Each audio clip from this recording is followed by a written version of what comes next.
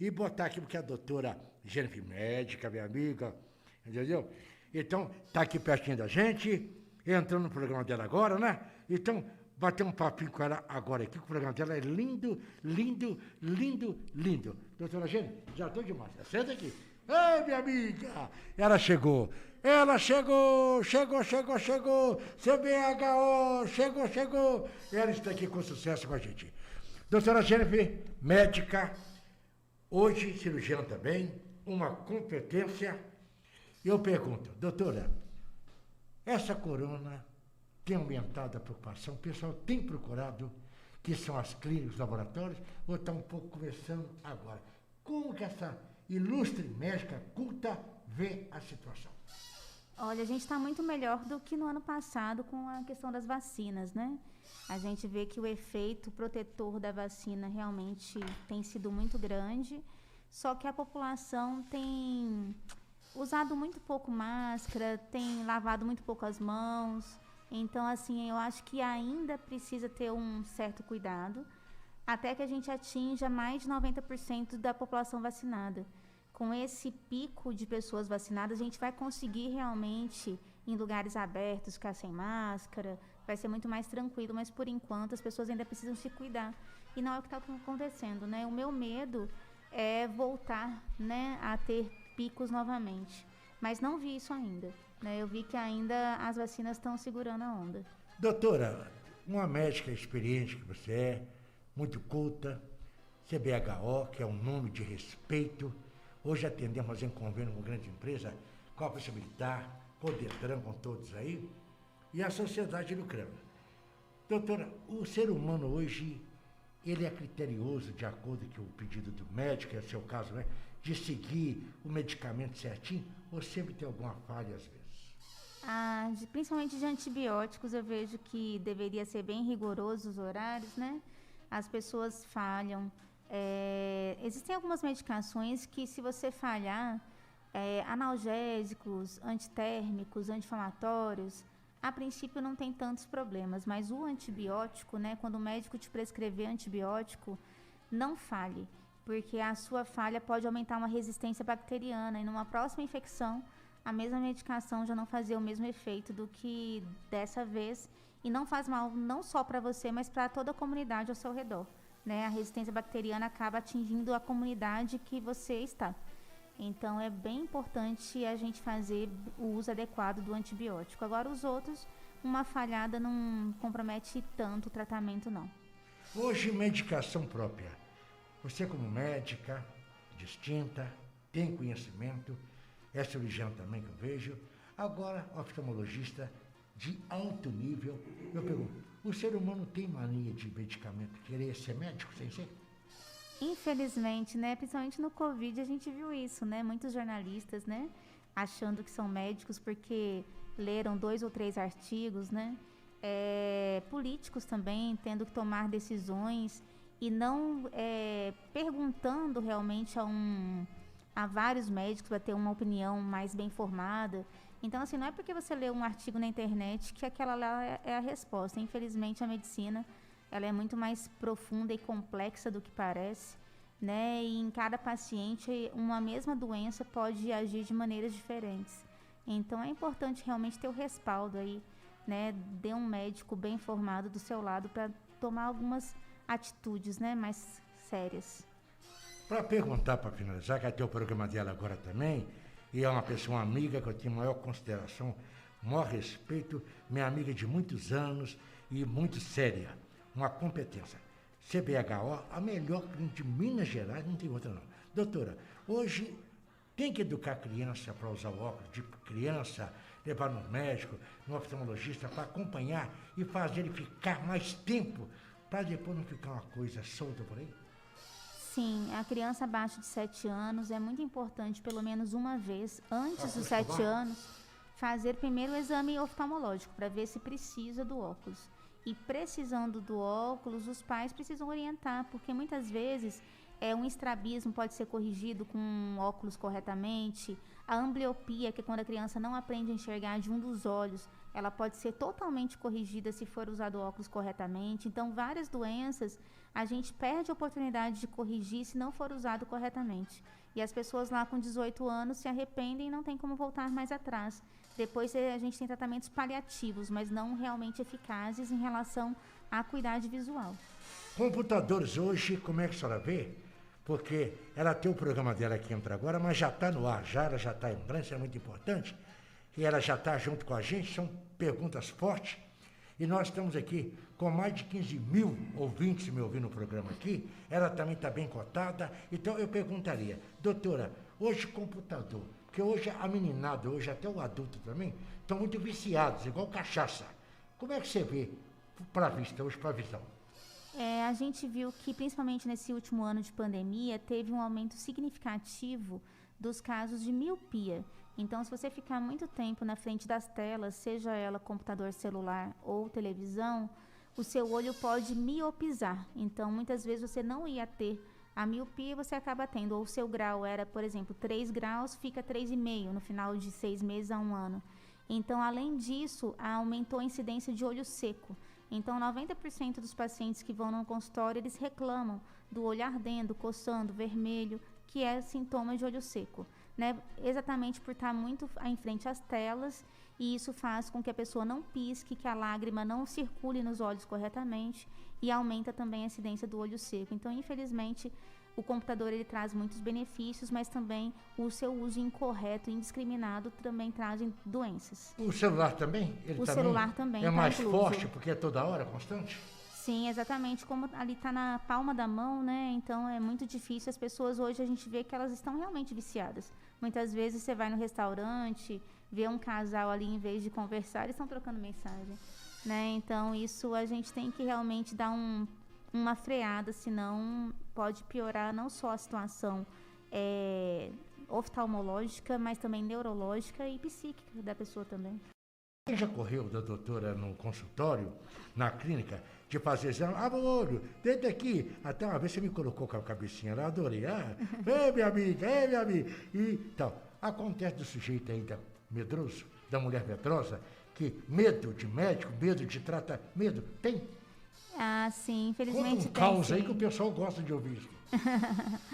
Na verdade, o que mais acontece é nos exames, né? Na consulta oftalmológica, como ela não é muito invasiva, as pessoas conseguem fazer bem. Mas o exame de tonometria, que é o exame que vai medir a pressão intraocular, muitos pacientes não conseguem ficar com os olhos abertos e não deixam o médico fazer. E já tive paciente que desmaiou comigo no consultório, né? Ao fazer um exame, e o aparelho ia chegar muito próximo ao olho dele, ele simplesmente desmaiou. Tive que chamar o SAMU, mas ele depois de meia hora ficou bem. Bem, meu amigo, agora é com ela. Ela está gostoso de conversar com ela. Já até falei para ela vir para falar do meu programa, que eu estou esperando. Vai ser um bate-papo. Vamos ficar mais de 40 minutos batendo papo, eu e ela. Ela também está na linha também do jornalismo, como locutora, é médica, é cirurgiã. Fica aí ouvindo porque é bom demais. E ela marcando que eu quero bater um papo bonito. Amigo e amigo. A doutora Gotia, que beleza, hein? Que chique. Doutora CBHO, Centro Belo Horizontino de Oftalmologia. Tudo de bom, continua, que o horário já é seu. Então, bola bonito, porque marca o golaço da saúde. Parabéns, muito obrigado. Muito obrigada, Thiago. Uma ótima noite para você.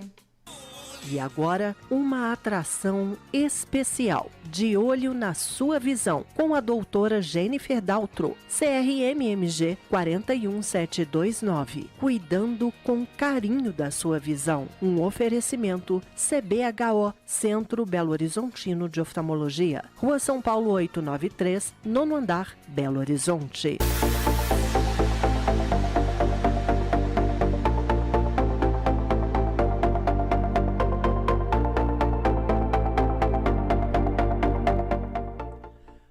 Olá, boa noite. Agora são 6 horas e mais 10 minutos. Estamos no ar, mais uma vez, com De Olho na Sua Visão, num oferecimento de CBHO, Centro Belo Horizontino de Oftalmologia, em Belo Horizonte, na Rua São Paulo 893, sala 907, com mais 3 outras unidades. No Via Shopping Barreiro, na Avenida Afonso Vaz de Melo, número 465, também em Contagem, na Rua Simonésia, número 150, loja 3, no bairro Industrial São Luís, divisa com Betim, e em Juatuba, na Avenida Tano Saliba, número 332, loja número 4, bem no centro de Juatuba. E então, estamos aqui com a doutora Jennifer Daltro, ela que é diretora técnica e chefe do Departamento de Retina e Vítreo do CBHO.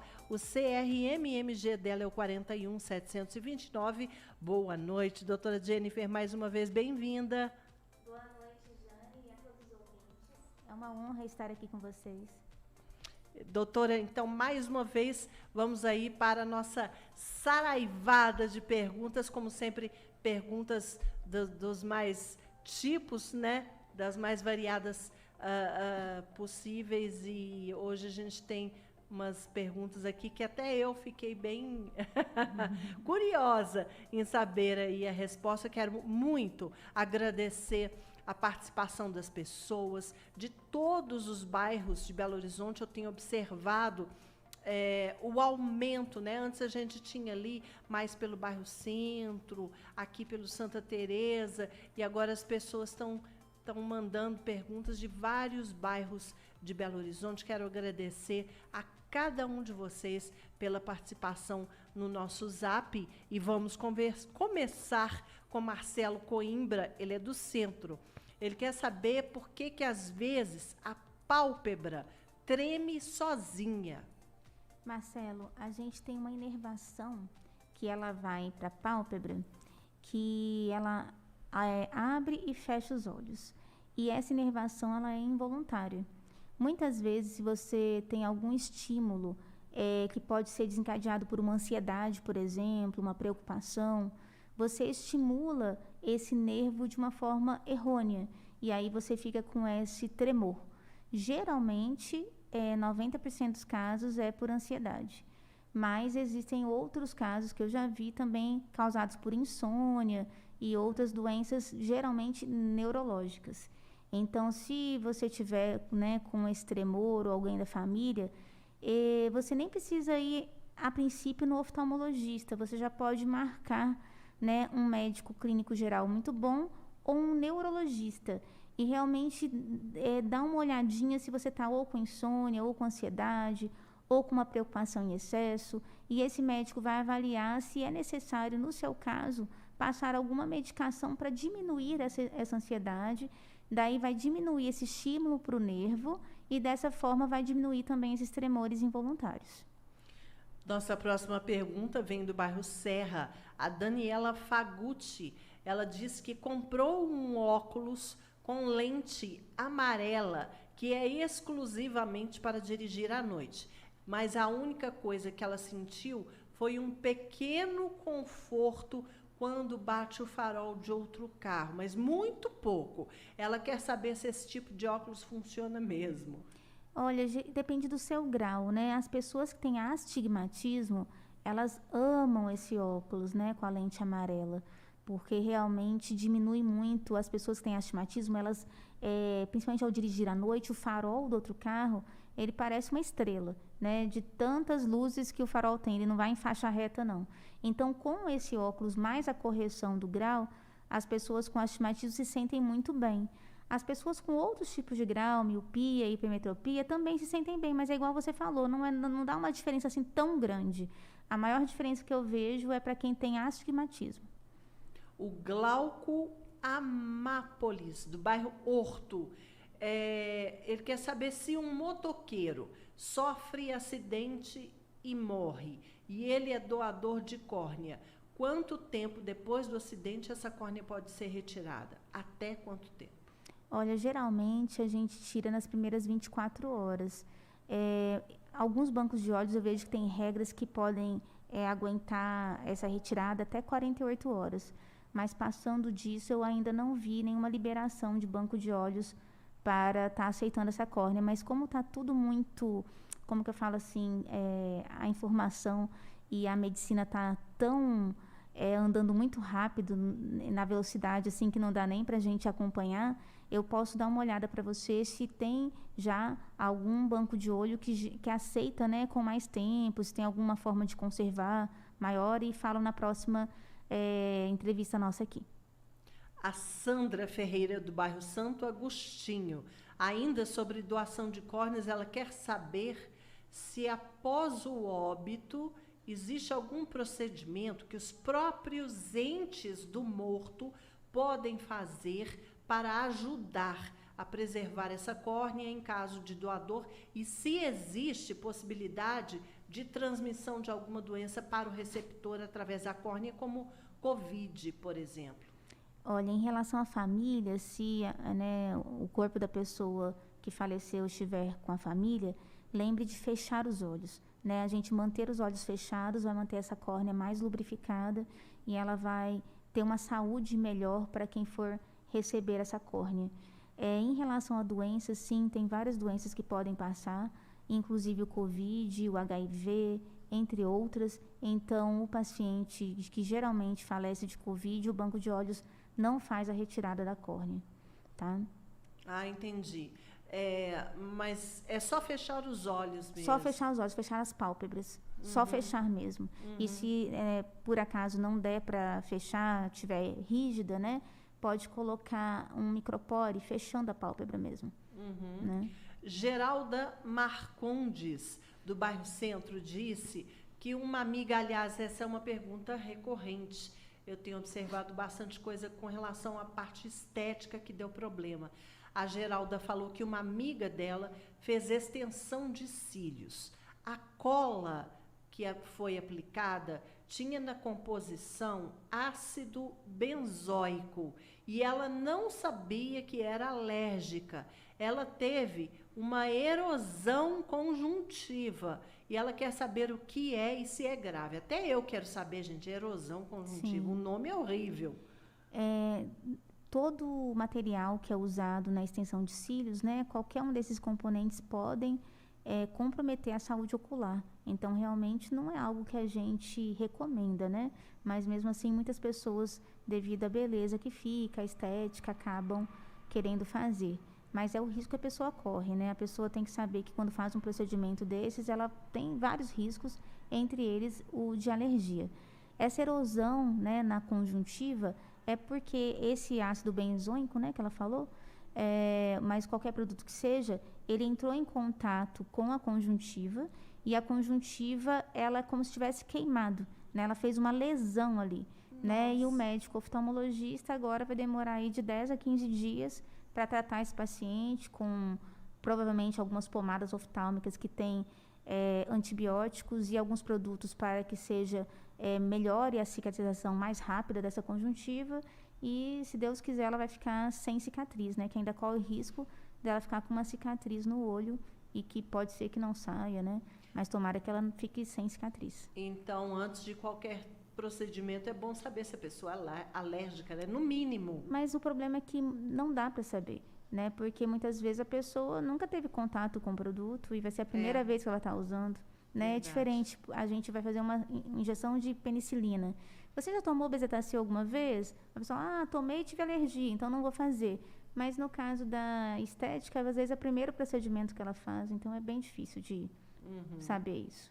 O Anderson Salles, do bairro Santa Efigênia, quer saber se a catarata, para ser operada, precisa estar em estágio avançado ou, se estiver apenas bem no comecinho, já pode operar. Se você descobre no começo, tem como impedir de evoluir? Geralmente, quando ela está bem inicial, ela não compromete tanto a visão da pessoa. Só que isso é muito individual, porque tem algumas pessoas que, vamos pensar em um piloto de avião, ele precisa enxergar muito bem. né? Então, às vezes, uma catarata inicial num piloto, por exemplo, pode já ser suficiente para que eu indique para ele uma catarata, uma cirurgia de catarata. Então, depende muito da profissão da pessoa, se aquela catarata está comprometendo a visão, que está atrapalhando a vida dela, ou se dá para ela conviver muito bem com esse déficit visual, às vezes que fica mínimo com óculos ou lente de contato. Então, a indicação ela é individualizada, apesar de que a gente geralmente indica sempre uma catarata quando é grau 3 e 4, que são as médias e mais graves.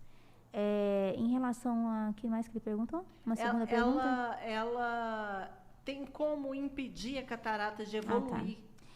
Existem algumas promessas, muitas promessas aí, né, ainda vindo de colírios que tentam impedir a catarata, mas ainda nada que seja realmente com estudos multicêntricos e que realmente as sociedades de oftalmologia do mundo inteiro têm adotado ainda.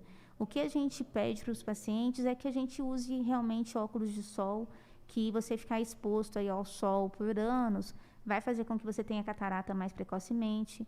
Quem tiver diabetes, lúpus e outras doenças, que tratem suas doenças, porque essas doenças maltratadas fazem com que a catarata venha também antes, né? Então, mais cuidado realmente com a saúde no geral e o uso de óculos de sol.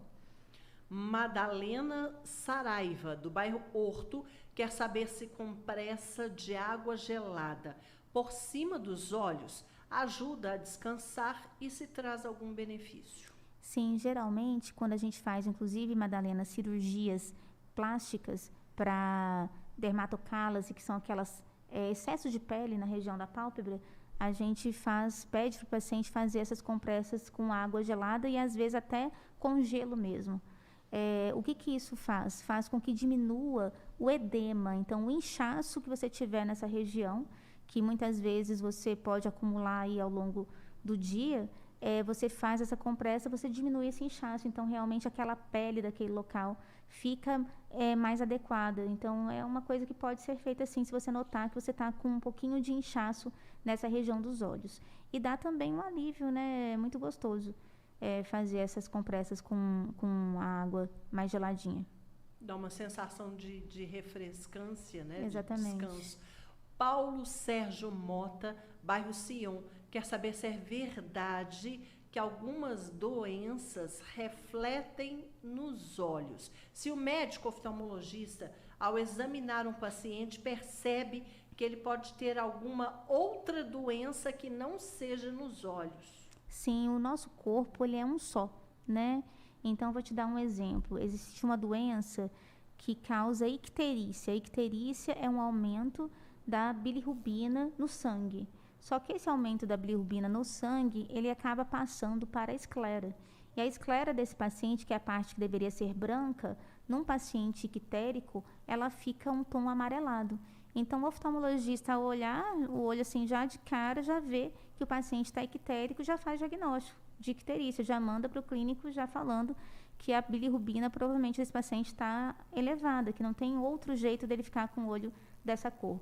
E muitas outras doenças a gente consegue, sim, pelas características que essas doenças fazem de depósitos na córnea ou na retina ou até no próprio cristalino, a gente já dá para o clínico um parecer de se a doença que ele tem, qual é e se ela está controlada ou não. Eu vou te dar um outro exemplo que é do lúpus, né? O lúpus é uma doença sistêmica e que ela ataca a região da retina, os vasos da retina. Então, quando a pessoa está com lúpus em atividade, geralmente ela tem uma vasculite, que é uma inflamação nesses vasos. Então, no exame que a gente faz de mapeamento de retina, que é o fundo do olho, ou na angiografia, a gente consegue ver bem essa vasculite. A gente precisa, né, além de tratar o paciente em relação ao olho, pedir para o reumatologista fazer um controle melhor da doença clínica. Então, a oftalmologia, ela está dentro da medicina, por isso que é feita realmente por médicos, né, que fizeram medicina e depois oftalmologia, que a gente precisa entender o contexto todo. Bacana. José Maraísa Carvalho, do bairro Centro, quer saber o que é trombose na retina. A trombose, ela é uma oclusão. É como se você tivesse tido um derrame nos olhos, ao invés de ter sido no cérebro. né? É a mesma doença. Então, um vaso... É a mesma coisa que trombose na perna, em qualquer outra parte do corpo. Exatamente. É um vaso, né, que carrega o sangue que não está oxigenado, e esse sangue, esse vaso que é venoso, ele se oclui. E essa oclusão faz com que esse sangue que estava dentro do vaso se derrame em todo o olho, em toda a retina, fica cheia de sangue. E aquela região, ela fica isquêmica. O que é isso? Falta oxigênio naquela região. Então, o olho ele sofre muito quando tem essa trombose. É uma doença que, se não tratada, ela pode, inclusive, levar à cegueira. Olha só. O José Sérgio Ramos, do bairro Gutierrez, ele fez uma pergunta que, inclusive, acho que é bastante parecida com a outra já. Ele falou que sente muito mais dificuldade para enxergar à noite. Ele quer saber se existe um óculos especial para visão noturna, já que de dia pode-se usar óculos de sol. Se tem óculos para de noite. Sim, é bom também olhar se você não tem nenhuma outra doença que faça piorar a visão à noite, né? Existem algumas doenças da retina que a pessoa começa os sintomas com isso, com uma baixa de visão noturna, e de dia está tudo bem.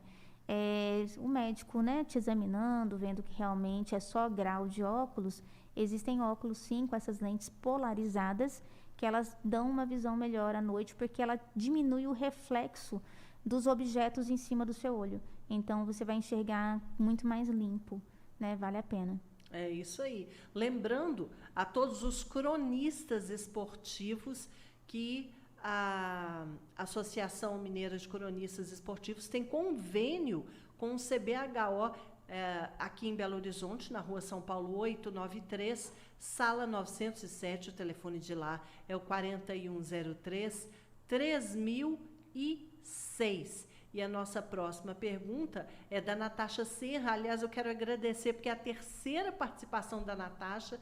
Eu registro todos vocês em uma... Eu tenho no meu computador uma fichinha, e é a terceira vez da Natasha. Muito obrigada, viu, pela sua pergunta. Ela falou que importou, olha só o perigo, hein? Ela importou uma lente de contato em um site chinês.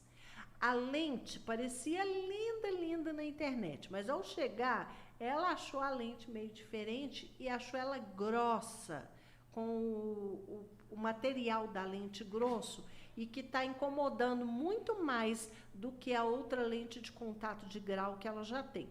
Ela quer saber se essas lentes de contato de marcas não conhecidas podem prejudicar os olhos e o que ela pode fazer. Olha, eu acho melhor você voltar a usar a que você estava acostumada, né? No Brasil, a gente está mais acostumado com marcas americanas, né? A influência deles aqui no Brasil é muito grande. Então, existem inúmeras marcas, né? Da Johnson, Acuvue, o Oasis, da Alcon, entre outras, que são marcas assim que já estão assim, né? Mais do que testadas aqui pelos oftalmologistas, e eu acredito que seja mais garantido.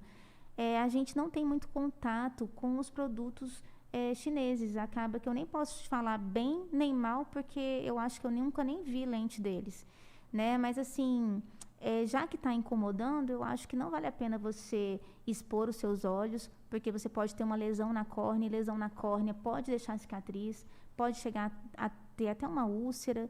Então, acho que não compensa. Acho que, infelizmente, valeu a pena você conhecer, ver que você não gostou e realmente aposentar essas lentes e comprar lentes, né, em sites brasileiros mesmo. Tem muitos sites que têm até preços bem melhores do que, às vezes, você comprar na loja física, né, e que o seu médico oftalmologista, a marca que ele recomendou, né, ou as marcas que ele recomendou, eu acho que é muito mais garantido. Então tá aí, viu, Natasha? Essa lente aí que você achou linda, deixa ela encostadinha num canto. Rogério Mateus, do bairro Santa Teresa, disse que tem 34 anos e sente uma pequena alteração na visão para ler. Com qual idade uma pessoa pode começar a ter vista cansada? Geralmente, Rogério, é com 40 anos. Eu já peguei pacientes com 36 anos que têm já o histórico da família ter a presbiopia já desde cedo. Com 34 eu nunca vi. O que pode estar acontecendo é que você pode ter hipermetropia ou astigmatismo, e esse grau de longe muitas vezes começa também a incomodar para perto. Então, o ideal é você passar realmente no consultório, fazer a sua avaliação, né? E provavelmente o médico deve achar algum grau para você para longe, mas que vai te dar conforto para perto também. Agora, se por acaso você for diagnosticado com presbiopia, não deixa de me avisar, que daí vai ser um primeiro abaixo de 36 anos que eu vou ter visto. Jusceleide Vaz, do bairro Tupi, quer saber o que é fundoscopia e para que serve. A fundoscopia é o exame de mapeamento de retina, que a gente fala que muitas vezes, né? A retina é como se fosse um tecido lá no fundo do olho, e ele é fundamental para que a gente enxergue. É nele que se forma a imagem, e é dele que vai essa imagem para o nervo óptico e depois para o seu cérebro, para você processar isso e enxergar. Então, esse exame de fundoscopia, o médico vai pingar um colírio para dilatar as pupilas, e ele vai, através de um aparelho, uma lente que deixa o olho bem maior, né, como se fosse uma lupa, ele vai conseguir enxergar todas as estruturas dentro da sua retina. Vai ver os nervos, o vaso, vai ver se tem alguma lesão, vai ver se você tem algum tumor. Então, é um exame muito importante e é fundamental que todas as pessoas façam esse exame pelo menos uma vez por ano. Saulo Capanema, do bairro Santa Mônica, quer saber se diabetes também pode dar catarata. Sim, na verdade não é que ela dá catarata. A catarata é uma doença que não depende da diabetes, mas ela acelera esse processo da catarata. Então, às vezes, no seu DNA estava programado para você ter catarata com 80 anos.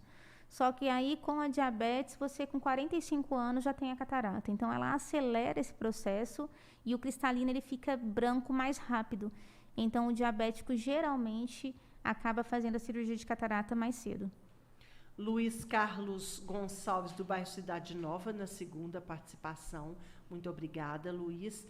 Quer saber o que é glaucoma, quais são os sintomas, porque ele tem muita dor de cabeça, tem pressão alta e está preocupado. Olha, geralmente o glaucoma, na maioria das pessoas, ele é assintomático. Quando ele tem sintoma, são em dois casos. Um caso, quando dá uma dor muito forte de cabeça, uma dor assim, que a pessoa vai para o pronto-socorro e mesmo com a medicação que o médico do pronto-socorro vai fazer na veia, a dor não passa, que é o glaucoma agudo, que acontece, graças a Deus, na menor parte da população que tem um tipo de glaucoma que a gente chama de ângulo fechado. Aquele olho para de ter uma troca de líquidos interna e começa a ser como se fosse um balão que fosse estourar. Então, dói muito. A maior parte da população tem um outro tipo de glaucoma, que é um glaucoma de ângulo aberto. E esse glaucoma de ângulo aberto, como não tem essas crises de dor aguda, geralmente ele passa batido.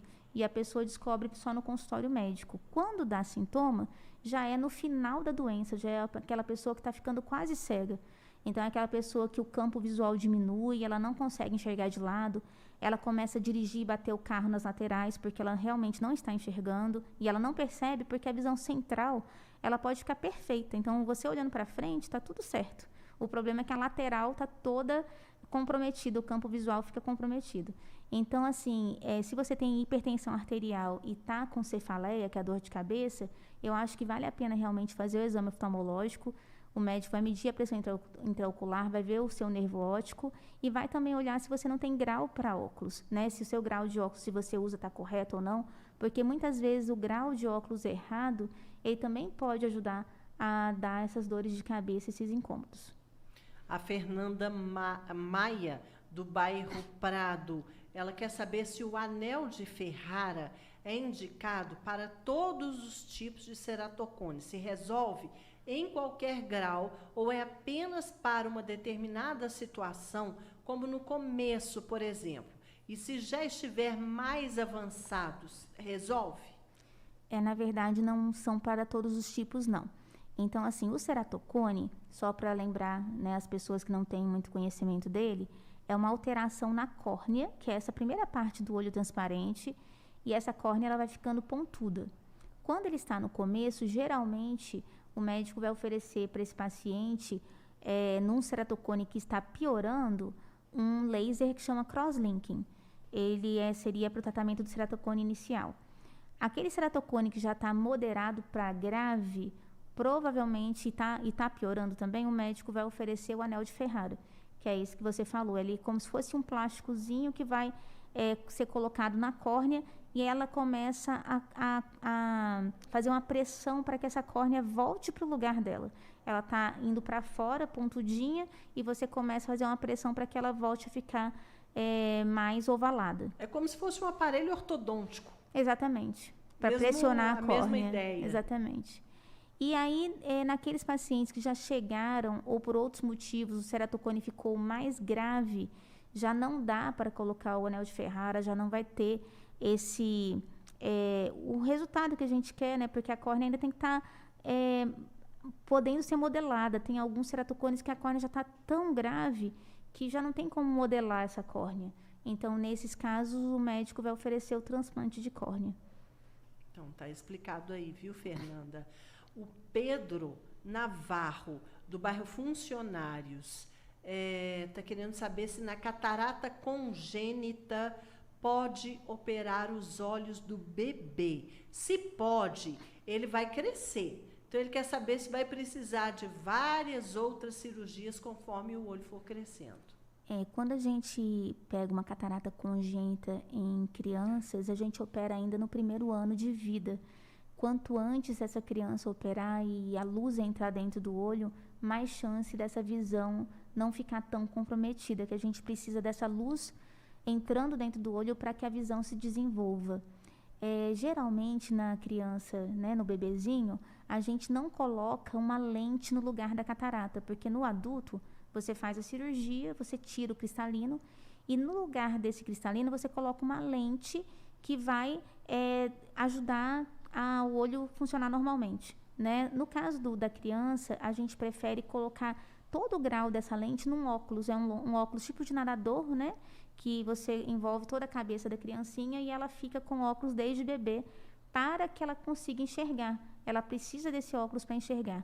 E essa criança crescendo lá por volta dos seus, pode ser acima de 7 anos, mas a gente prefere acima de 12, 13 anos, a gente faz uma cirurgia para colocar a lente aonde precisa colocar, que é no lugar onde estava a catarata antes. E aí já ela não vai precisar mais desse óculos, né, com esse grau grosso que fica um óculos de mais ou menos de 14 graus.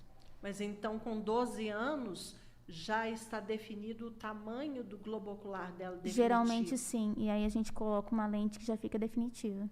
Ah, tá. Interessante. Solange Barcelos, do Castelo, primeira participação, Solange, obrigada. Ela quer saber se uma pessoa que é cega pode sentir dor nos olhos. Sim, e é muito ruim, né? Porque a pessoa já está sem enxergar e o olho está doendo, né? Nesse caso, tem vários tratamentos. A gente começa o tratamento com colírios, geralmente com atropina e maxidex, e se resolve, ótimo, não fazemos mais nada. Mas muitas vezes os colírios não resolvem, então existem formas que a gente tire a dor do paciente. Então, tem um laser que chama crioterapia, que é um laser gelado, que a gente vai lá naquele lugar onde está doendo, que é um músculo, que chama músculo de Miller, e esse laser faz com que a dor também diminua bem. Mas existem casos que nem isso resolve. Então, também existe uma injeção de álcool que pode ser feita no nervo óptico, para ver se essa dor vai embora. Também tem muitos casos que isso também não resolve. Então, existem alguns casos que o olho tem que ser retirado, chama evisceração. E a gente coloca uma prótese ocular no lugar, né, desse olho para esteticamente ficar legal. E pode ser também que não resolva. Infelizmente, tem casos assim, gravíssimos que a pessoa, mesmo depois de uma evisceração ou enucleação, continua com dor e precisa tomar medicamentos mesmo, né, neurológicos, para que ajude a que aquela inervação pare de mandar aquele sinal de dor. Eu tenho um amigo que ele ficou cego, já adulto, justamente por causa do glaucoma. E ele tem labirintite. É interessante ele ser cego e ter os sintomas de labirintite, né? Mas a labirintite dele é do labirinto, né? Já está lá no ouvido, na cóclea, né? Então, Não, deve ser outras causas. A gente pensa assim que ele, por exemplo... E fosse perder, né? Não, que exatamente. Exatamente, não perde, né? O olho é só um dos que ajuda a gente a ter esse senso, né? De estar no lugar certo, né? Exatamente. Mas não é só o olho, aqui o labirinto, né, também faz parte do cérebro. São 3 lugares. Você tem o olho, o ouvido e o cérebro, que é o cerebelo, que dá esse equilíbrio, né? Então, doutora, ele perdeu a visão porque teve glaucoma. Ele tem que permanecer fazendo o controle o resto da vida? Olha, Ou agora que ele perdeu a visão, já não... a gente faz o controle, sim, e daí tem alguns pacientes que é possível... no exame clínico, a gente olhar o fundo do olho. Mas tem outros que o olho fica tão fechado que a gente não consegue ver. Então, a gente faz um ultrassom ocular para ver se está tudo bem lá dentro, se não sangrou, se tem algum risco desse olho doer. Então, é importante, mesmo com a cegueira, fazer o acompanhamento pelo menos uma vez por ano, né? Que o médico vai estar fazendo de acordo com o que dá para fazer, né? É isso aí. Quero agradecer, então, a participação de todos vocês mais uma vez. Lembrando que na terça-feira que vem estaremos aqui de volta. E você, que é um associado da MCE, nós temos convênio com o CBHO. E, por falar em CBHO, vou falar todos os endereços agora, hein, para você não ter desculpa. Rua São Paulo, número 893, sala 907, bem ao lado do Shopping Cidade. O telefone lá é o 4103-3006. As outras unidades ficam lá no Via Shopping Barreiro, um lugar ótimo no shopping, tem estacionamento para você, super confortável. Avenida Afonso Vaz de Melo, número 465, e Contagem, divisa com Betim, na Rua Simonese, número 150, loja 3. O bairro é Industrial São Luís. E em Juatuba, bem no centrinho ali de Juatuba, lugar super fácil também, Avenida Tano Saliba, número 332, loja 4. Doutora Jennifer, muito obrigada mais uma vez pela sua participação aqui conosco. Te espero na próxima terça-feira. Muito obrigada e uma ótima noite a todos.